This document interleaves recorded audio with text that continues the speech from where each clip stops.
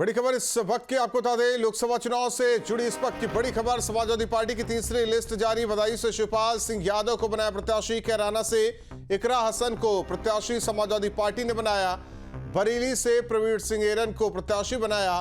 हमीरपुर से अजेंद्र सिंह राजपूत को समाजवादी पार्टी ने प्रत्याशी बनाया, जबकि वाराणसी से सुरेंद्र सिंह पटेल को समाजवादी पार्टी ने प्रत्याशी बनाया। हालांकि पहले धर्मेंद्र यादव को टिकट दिया गया था बदायूं से, लेकिन अब शिवपाल सिंह यादव को प्रत्याशी समाजवादी पार्टी ने बनाया है। तो बड़ी खबर आपको बता रहे हैं, कैराना से इकरा हसन को बनाया प्रत्याशी। तो इस वक्त की बड़ी खबर, समाजवादी पार्टी की एक और लिस्ट जारी।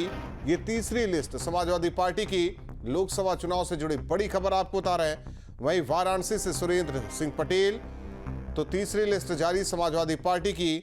तो बड़ी खबर आपको बता रहे हैं, इस वक्त की लोकसभा चुनाव से जुड़ी ये बड़ी खबर आपको बता दें कि समाजवादी पार्टी ने तीसरी लिस्ट में एक चौंकाने वाला फैसला ये कि पहले जिस तरीके से बदायूं से धर्मेंद्र यादव को प्रत्याशी बनाया था, हालांकि प्रत्याशी बदायूं से समाजवादी पार्टी ने बदला। अब शिवपाल यादव जो कि प्रत्याशी समाजवादी पार्टी की तरफ से, तो शिवपाल यादव को बदायूं से टिकट दिया गया है।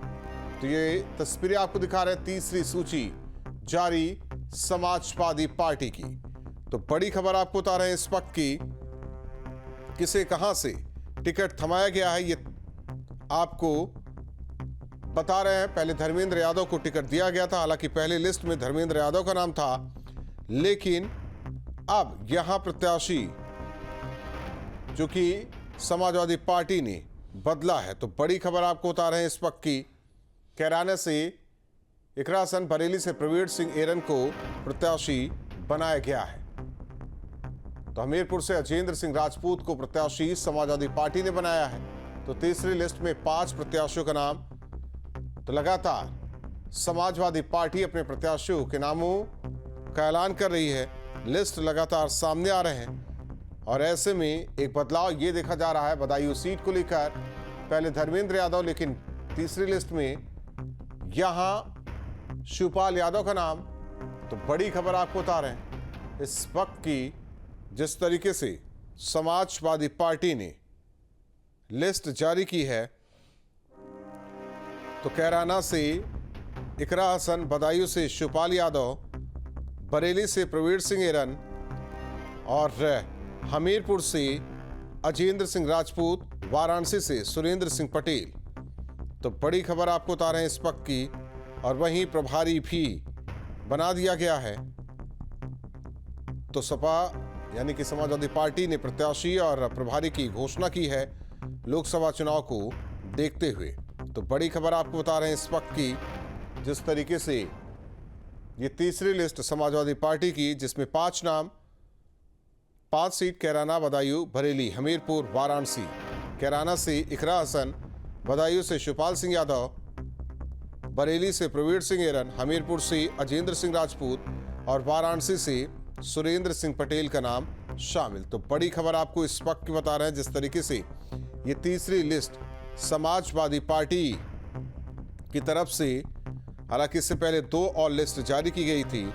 पहले लिस्ट में धर्मेंद्र यादव का नाम था, लेकिन तीसरी लिस्ट में आते आते इस सीट पर प्रत्याशी को बदल दिया गया। शिवपाल यादव अब प्रत्याशी बदायूं से। तो बड़ी खबर आपको बता रहे हैं इस वक्त की, जिस तरीके से एक और लिस्ट समाजवादी पार्टी की तरफ से। तो बड़ी खबर आपको बता रहे हैं, जिस तरह से नामों का ऐलान, हालांकि संभल से शफीकुर रहमान बर्क, फिरोजाबाद से अक्षय यादव और एटा से देवेश शाक्य, बदायूं जो कि धर्मेंद्र यादव इससे पहले नाम उनका था, लेकिन अब यहां से शिवपाल चुनाव लड़ेंगे। खीरी से उत्कर्ष वर्मा, धरौरा से आनंद भदौरिया, उन्नाव से अनु टंडन, लखनऊ से रविदास मेहरोत्रा, फर्रुखाबाद से डॉक्टर नवल किशोर शाक्य, अकबरपुर से राजाराम पाल, बादा से शिवशंकर सिंह पटेल और फैजाबाद से अवधेश प्रसाद, अम्बेडकर नगर से लालजी वर्मा, बस्ती से राम प्रसाद चौधरी, गोरखपुर से काजल निषाद, मुजफ्फरनगर से हरेंद्र मलिक, औला से नीरज मौर्य, शाहजहांपुर से राजेश कश्यप, हरदोई से उषा वर्मा जो कि ये दूसरी लिस्ट में नाम, मिश्रिक से रामपाल राजवंशी, मोहनलालगंज से आर के चौधरी का नाम, प्रतापगढ़ से एसपी सिंह पटेल, बहराइच से रमेश गौतम, गोंडा से श्रेया वर्मा, गाजीपुर से अफजाल अंसारी, चंदौली से वीरेंद्र सिंह। अविनाश हमारे साथ जुड़े हुए सहयोगी। अविनाश, ये तीसरी लिस्ट हालांकि एक तब्दीली समाजवादी पार्टी की तरफ से, क्योंकि बदायूं जो कि इससे पहले भी यहां से धर्मेंद्र लड़ते रहे और हालांकि चुनाव में हारे भी। सवाल ये कि अब यहां से प्रत्याशी बदला गया और घर का ही शिवपाल यादव को बदायूं से कैंडिडेट समाजवादी पार्टी की तरफ से।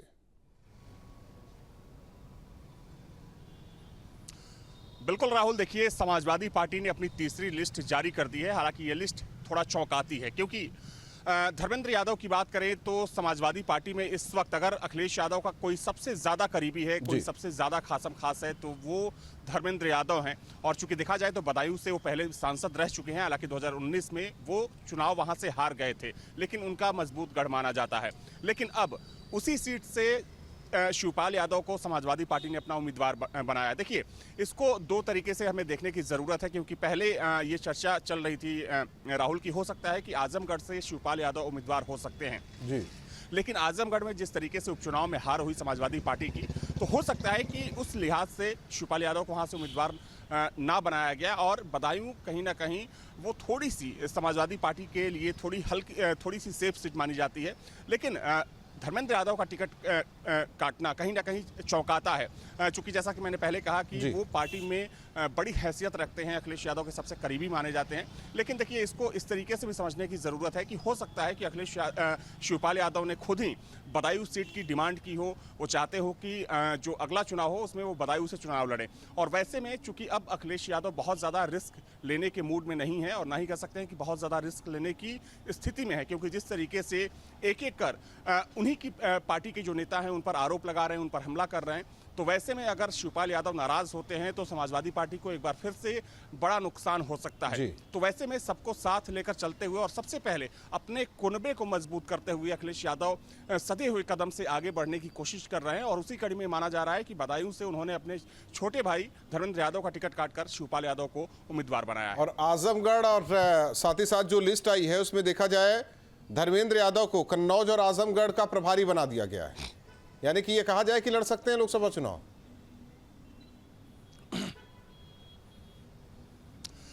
देखिए, जहां तक सवाल कन्नौज का है राहुल, तो कन्नौज सीट से इस बार अखिलेश यादव का चुनाव लड़ना काफी बिल्कुल तय माना जा रहा है। माना जा रहा है कि अखिलेश यादव ही इस बार खुद वहां से कन्नौज सीट से वो चुनाव लड़ेंगे, और चूंकि इससे पहले भी वहां से वो चुनाव लड़ चुके हैं।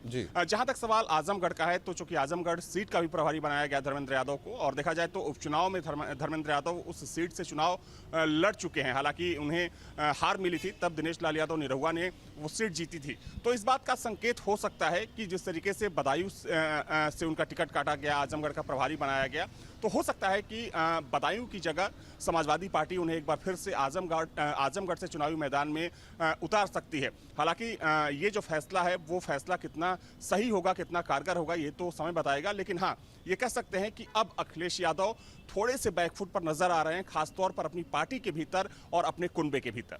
और एक चीज क्या है कि पहली जब लिस्ट आई तो 16 नाम में बदायूं का भी नाम था, दूसरी लिस्ट आई 11, हालांकि अब ये तीसरी लिस्ट है 5 उम्मीदवार, जिसमें बदायूं भी अगर देखा जाए तो शामिल है। तो कुल मिलाकर कहे कि अगर टोटल हम जोड़े 27 और 4, क्योंकि बदायूं शामिल है और ये 31 सीट पर ऐलान कर चुकी है, लेकिन दूसरी ओर अभी गठबंधन का पेच भी फंसा हुआ है।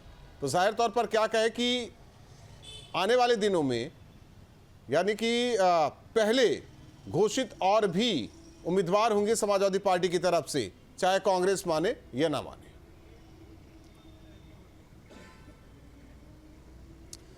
देखिए, ये तो स्वाभाविक सी बात है राहुल, क्योंकि अगर हम मौजूदा स्थिति की बात करें तो अभी 17 सीटों का ऑफर दिया है समाजवादी पार्टी ने कांग्रेस को। हालांकि ये संख्या पहले 11 थी, लेकिन अभी भी 17 सीटों पर भी कोई बातचीत नहीं हो पाई है। जहां तक हम लोगों को जानकारी है कि कांग्रेस की तरफ से अभी उन सीटों को लेकर कोई बातचीत नहीं की गई है ऑफिशियली, या फिर कोई बयान नहीं आया है। तो अभी गठबंधन की जो तस्वीर है वो साफ नहीं है। लेकिन हाँ, दूसरी तरफ एक बात बिल्कुल साफ है कि जिन सीटों पर समाजवादी पार्टी पहले से अपनी तैयारी कर रही थी या चुनाव लड़ना चाहती थी, उन सीटों पर वो उम्मीदवार घोषित करती जाएगी।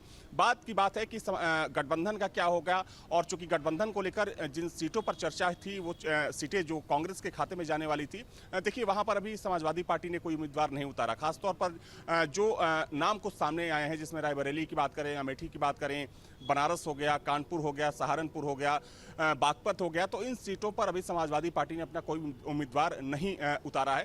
तो माना जा रहा है कि इन सीटों को अभी समाजवादी पार्टी एक तरफ रखकर वो उन सीटों पर प्रत्याशी उतारेगी जो सीटें समाजवादी पार्टी जिन सीटों पर खुद को सुरक्षित महसूस करती है, खुद को सेफ महसूस करती है। और उसी कड़ी में समाजवादी पार्टी अब फूंक कर या यूं कहे कि अखिलेश यादव काफ़ी कह सकते हैं कि सतर्क होकर कदम रख रहे हैं, क्योंकि जिस तरीके से शिवपाल यादव को उम्मीदवार बनाया गया है बदायूं से, ये तय माना जा रहा है कि आने वाले समय में जो समाजवादी पार्टी के अंदर की जो सियासत होगी वो थोड़ी सी बदली नजर आएगी। क्योंकि अभी तक अखिलेश यादव सपा के अंदर वन मैन आर्मी की भूमिका में थे, हालांकि अभी भी वो है, लेकिन थोड़ा कह सकते हैं कि हल्का सा वो बैकफुट पर इस वक्त दिख रहे हैं। ये कहना इसलिए भी लाजमी है राहुल, क्योंकि आपको याद होगा कि जब गठबंधन की शुरुआत हुई थी कांग्रेस और सपा की, तब समाजवादी पार्टी ने कहा था कि ज्यादा से ज्यादा 7 सीटें दी जाएंगी कांग्रेस पार्टी को, लेकिन वो संख्या बढ़कर 11 हुई, 11 से 17 हुई। यानी कि कहीं ना कहीं अब जिस तरीके से गठबंधन के एलआई एक कर गठबंधन का साथ छोड़ रहे हैं और जिस तरीके से जयंत चौधरी ने साथ छोड़ा, तो समाजवादी पार्टी को भी ये महसूस होने लगा। अविनाश, जो अंदर खाने खबर आ रही है 20 सीटों को लेकर ये पेच फंसा हुआ है, जिसमें 3 सीटों को लेकर कांग्रेस की तरफ से कहा जा रहा है कि ये 3 हमें और दे दीजिए। तो क्या यही मामला आकर अटकेगा या फिर थोड़ा बड़ा दिल दिखाएंगे अखिलेश यादव, क्योंकि लगातार प्रत्याशियों के नामों का ऐलान, 20 सीट छोड़ देंगे, कम से कम 60 तो उनके पास तो रहेगी लड़ाई लड़ने के लिए। बिल्कुल, उसमें देखिए जो 17 सीटें कांग्रेस के माफ करिएगा समाजवादी पार्टी की तरफ से दी जा रही है, उसके अलावा बलिया और 2 और सीटें हैं जिस पर कांग्रेस पार्टी चुनाव लड़ना चाहती है। लेकिन देखिए अगर हम बलिया की बात करें तो चूंकि बलिया में भी हमेशा कह सकते हैं कि जो लड़ाई होती है काफ़ी टक्कर की होती है, काफ़ी दिलचस्प होती है और वहाँ पर समाजवादी पार्टी भी अच्छा परफॉर्म करती है। तो बलिया को समाजवादी पार्टी किसी भी हाल में छोड़ना नहीं चाहती है और हो सकता है कि पेच बलिया के साथ साथ जिन 2 और सीटों की बात हो रही है उन सीटों को लेकर भी पेच फंसा हुआ है। लेकिन जैसा कि हम लोगों ने पहले कहा, पहले चर्चा हुई कि अब अखिलेश यादव की जो स्थिति है पहले वाली स्थिति नहीं है कि वो खुलकर बैटिंग करते थे, खुलकर सियासत करते थे। अब जो परिस्थितियां बदली हैं, जो उत्तर प्रदेश की यानी कि डिफेंसिव मोड में आ गए हैं अखिलेश यादव। लोकसभा के चुनावी पिच पर खेलने के लिए बहुत बहुत धन्यवाद आपका